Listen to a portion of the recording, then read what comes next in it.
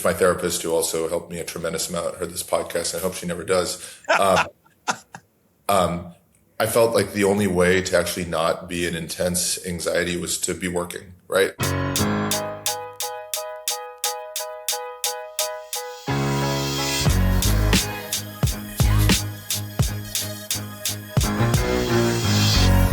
I lost over $324,000 trying to start an Amazon business.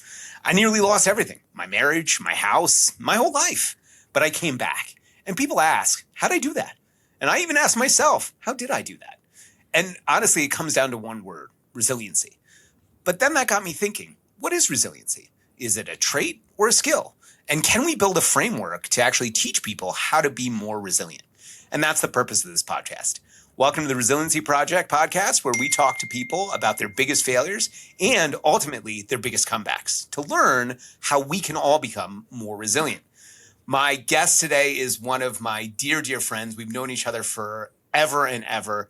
Gino Cafiero, thank you so much for joining us today on the Resiliency Project. How are you? Nick, it's great to see you. It's great to be talking to you and with you. I'm well. How are you? I'm good. You know, it's so funny. We text, we email back and forth. It's been a while since we've actually seen each other. So this is really, really great. Thank you so much for being here. Thanks for having me, man. We dive right in. Yeah. Tell me, what was one of your biggest failures? Yeah. I think, Nick, there's like categories of failures, right? Most recently, for the last decade, I was building a startup called Bear Flag Robotics, and we can get into that, but startups are startups, and I think that's enough for this. And I think the category of failures is just underestimating the difficulty of tasks, probably being a little overconfident without understanding just how profoundly difficult these things are. And so when you ask specifically, it's just around failed fundraising rounds. The company was humming along, not nearly as well as it could have been doing in 2019, and we started fundraising in the early 2020 for our Series A. And there's this story where COVID comes in, and it's like, oh, it's tricky during COVID. But the reality right under the covers is we knew that we weren't ready for that fundraise. We didn't have the revenue numbers. We didn't have the growth we needed to go raise that money, and it nearly sank the company. Fast forward to November of 2020, and we had a couple $100,000 left. It was a matter of 2 or 3 weeks of runway that would have been catastrophic for underestimating that. And if I would have had that back, I would have spent a lot more time preparing for that fundraise. And so tell me, what was that like? Was it just constantly hearing no? Was it like we're down to, our last couple weeks of runway? Where were you in sort of that? Startups are so miserable, and it's not just where the ball is on the field. It comes into every part of your life, right? And I say that like as a cancer survivor too. It's managing everyone's expectations. It's managing your own expectations. And when things aren't going well, at least for someone like me, it's so easy to get tunnel vision and nothing else matters. Like literally nothing else matters. And I remember for several years straight, I would wake up in the morning, stare at the ceiling, and the first math I did was about runway until out of money, right? And it just was pervasive. And in some ways, it's a great motivator because it brings everything so sharply into focus that without money, without without investment dollars or revenue, God forbid we actually make money, then this whole sort of glass palace just crumbles, right? And everything that we thought we could be and thought we could do disappears. And it's super motivating, but also it stresses your relationships. Thank goodness, sort of like you mentioned, like at least it didn't cost me my marriage. My wife is a saint. But it could have, it easily could have. And it cost me friends, not in an active way, just in a passive way. When you neglect relationships for years, they disappear and they evaporate. And it was my health too. I felt like crap. I looked like crap. I wasn't sleeping. And yeah, it's everywhere. You just sweat anxiety. Yeah. Well, that sounds miserable. How do you keep going? How did you get? There has to be something there, right? There has to be something you're chasing. And in our case, Bear Flag Robotics was an agriculture technology company, and I love the industry, and I love the customers, and I love the idea of what we were building. And I had this this vision in my head of what it would look like and the impact it would have, and what it would be like, what the product would be like at maturity. And that kept me going. There's this underrated thing, and I think it's kind of corny, and I don't know if it applies to everyone, but in startup, you have to really love your customer and love spending time with your customer. And for me, that was true. I had, without getting too much into the details of the business, I loved going to farms. I loved talking to farmers. And so when I was having a bad day or fundraising wasn't working, I'd go out and I'd talk to customers, and I'd spend a fun day, like not a fun day, an enjoyable day, let's say, under the sun. And it was a virtuous cycle where I'd come back pumped up from my conversations, but also having learned something. And so candidly, that's what kept me going. So you had this belief in the purpose. How did you continue on, though, when in the face of reality, things just weren't working out? You weren't getting to that vision. How did you keep that motivation going on a day-to-day basis? Yeah, Nick, there's so much to that. So there's like, we've done a lot of work like in the company, and also, my marriage and my other relationships with personality types. And without getting too deep into that, there's sort of three places people go under stress. It can be anger, it can be anxiety, or it can be shame. And these are broad, people do often combinations of things, right? I profoundly go to shame, which is confusing to people that don't go to shame. But when something goes wrong, I have this deep-seated belief that a better version of myself would have avoided this. And if only I were better or smarter or thoughtful or careful or prudent or aggressive or whatever, or just not dumb, like that better version of myself would have avoided this. And in some ways it's a sad way to live, right? And not in a self-pity way, just if you imagine, if you're unfamiliar to that feeling and you think about it, you're like, oh my God, that sounds awful. But in other ways, it's really empowering, right? Because if you truly believe that everything's your fault, it means that everything is fixable by you. And so if you wake up motivated and stronger and smarter and more thoughtful, then everything could potentially work and you can fix everything. And so that sort of belief that comes from this place of not being enough is actually empowering, because it helps feed this belief that things could be better. And then the other half of that I'll share, right? Like, I felt one of the hardest parts of startup was taking the plunge, taking the step off the cliff and telling my social circle, this is what I'm doing. This is what I think is worthy of me. This is what I'm attaching my, perhaps in my view, not in others' views, but in my view, is like, this is what I'm attaching my self-worth to. This is what I'm attaching my reputation to. And then in that case, it's ride or die. Like, you're going to go down with the ship. Like, if this is what you've attached sort of your self-worth to, and I'm not saying that's healthy. Like, these are not healthy traits, and a better version of myself would not do this. But in those moments, you're like, fuck, man, I put everything I can into this. Like, I can't walk away. Let's push harder, right? Like, let's go. Let's go. Well, so tell me, where do you think that reframe comes from? Because I think a lot of people do feel that shame, right? Yeah. But they get into that doom cycle and they don't really use that for motivation. How did you sort of reframe that? Where does that come from for you? I don't know, man. I felt, I'll just, I think, if my therapist, who also helped me a tremendous amount, heard this podcast, and I hope she never does, I felt like the only way to actually not be in intense anxiety was to be working, right? Like, when I was actually working on the problems, when I was actually, writing emails for the fundraiser, actually working on the pitch deck, or actually cranking on, spreadsheets or whatever I needed to do, I wasn't anxious. And so I found out that, hey, listen, if I can't sleep, I'll just wake up at 4 a.m. And I'll go just do work, right? I can drive to the office at 5 a.m. and start working. And once again, it's not like a healthy, great place to be, but it's what worked for me. And it is a virtuous cycle. And I guess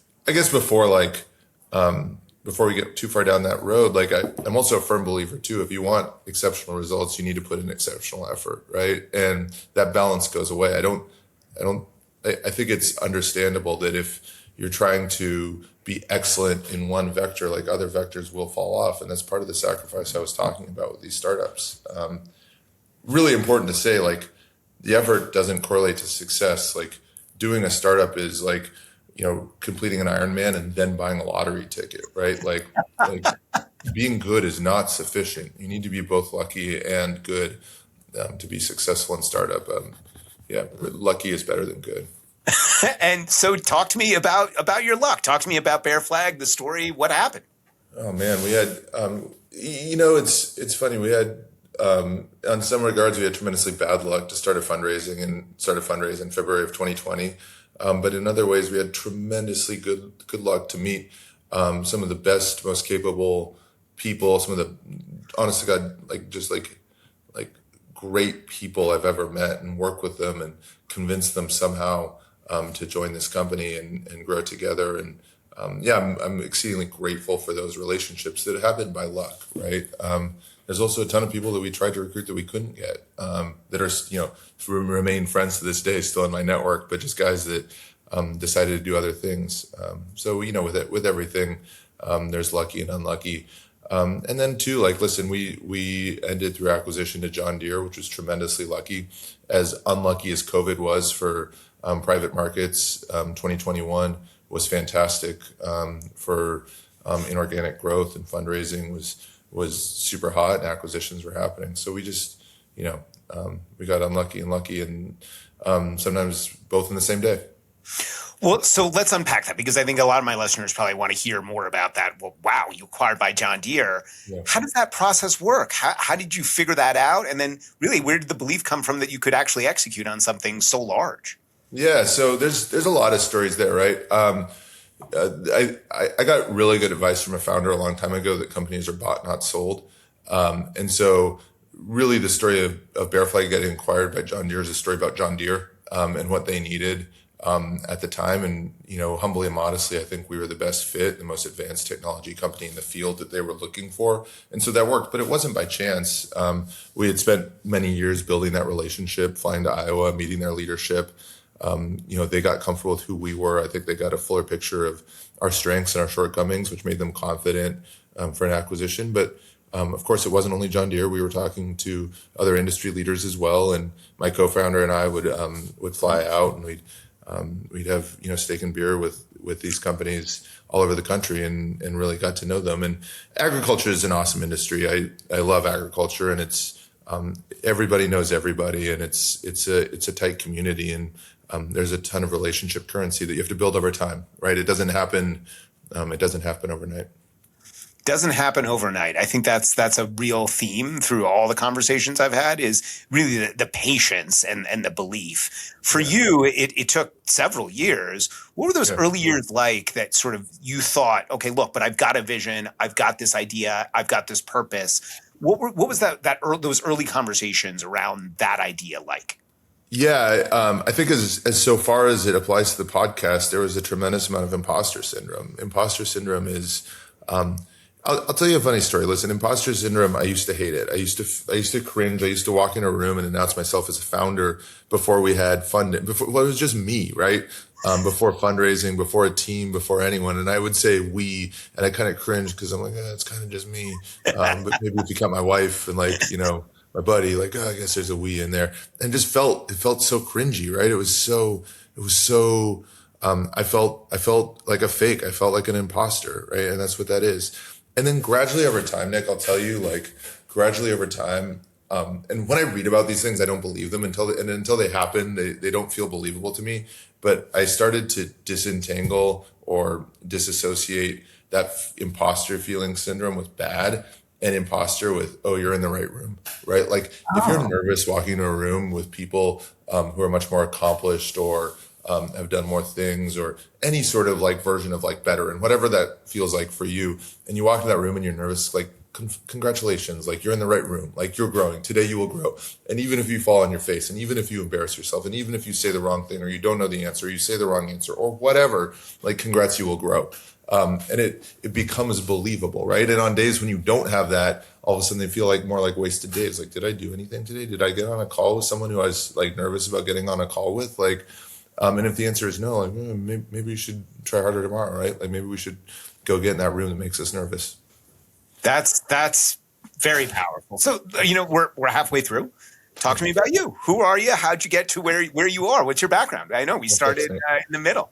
Yeah, so I grew up in California. I grew up in Palo Alto, California, which is a strange place to grow up. We met in college at Carnegie Mellon. I tell the story when I came to Carnegie Mellon, people didn't know where Palo Alto was. I used to describe Palo Alto as halfway between San Francisco and San Jose because people didn't know what it was. And then I came home from undergrad, and Google was the search engine that engineers used. It was kind of like the nerdy one. Wikipedia. I learned what Wikipedia was in undergrad. And I'm kind of dating us a little bit here. No, are you kidding? I remember when Wi-Fi came to Carnegie Mellon, it was like the first thing that we had. Yeah, man. Yeah, it was like I think there was recruiting for Carnegie Mellon. They told us that the entire campus has Wi-Fi. You can't not have Wi-Fi. And it was like, oh my God, this is so nerdy. Like who would need Wi-Fi everywhere? Seems excessive. Yeah. But listen, like it changed a lot. One of the things, super lucky to be from the Bay Area, right? Like super lucky to be in one of the places where so many great ideas have started. So lucky to be from a place where you can walk into a cafe and say, I want to start a company. I'm going to start we weren't a unicorn company. I want to start a unicorn company, and people actually believe that could be possible. And they listen to you and they hear you out. I think that's a really cool place. Maybe the dark side, and we're talking about resiliency, right? So this is the Resiliency podcast. So like, I think the dark side is that San Francisco became San Francisco because of the gold rush. In 1849, it was a gold rush town, and that's when everyone came. And I don't think that's changed. San Francisco and the Bay Area remain a gold rush town where people come from all over the world to make their fortune. And if they succeed, they stay. And if they don't, they leave. And so there's a huge survivor bias in your day-to-day life. And if you're susceptible to perceptions or what things seem on the outside, like I am, you look around, everyone is massively successful and everyone is super smart, and everyone is qualified to be doing what they're doing, but I know I'm not. And that can be draining. It is draining. It is exhausting. And so the Bay Area is a huge grind. I'm very fortunate that we're taking a sabbatical now, and I'm removed from that, and you can sort of see it better from far away, right? Rather than when you're in it. And so that leads us to today. Yeah, and so give me your perspective. Right now, you've taken a break, right? Obviously, after the acquisition by John Deere, you're living in Sicily. What's it like now for you? Man, Sicily's like we said coming onto the call, you got to remember that Sicily is south of southern Italy. The AI boom is happening as we speak right now, right? Like Anthropic just released Fable, right? And I was using it within hours of its release, right? And I use AI constantly. My wife does too. I know one other friend I've met here that uses AI, right? Like. And Nick, sometimes I worry, like, are places like Sicily just gonna be totally like left behind?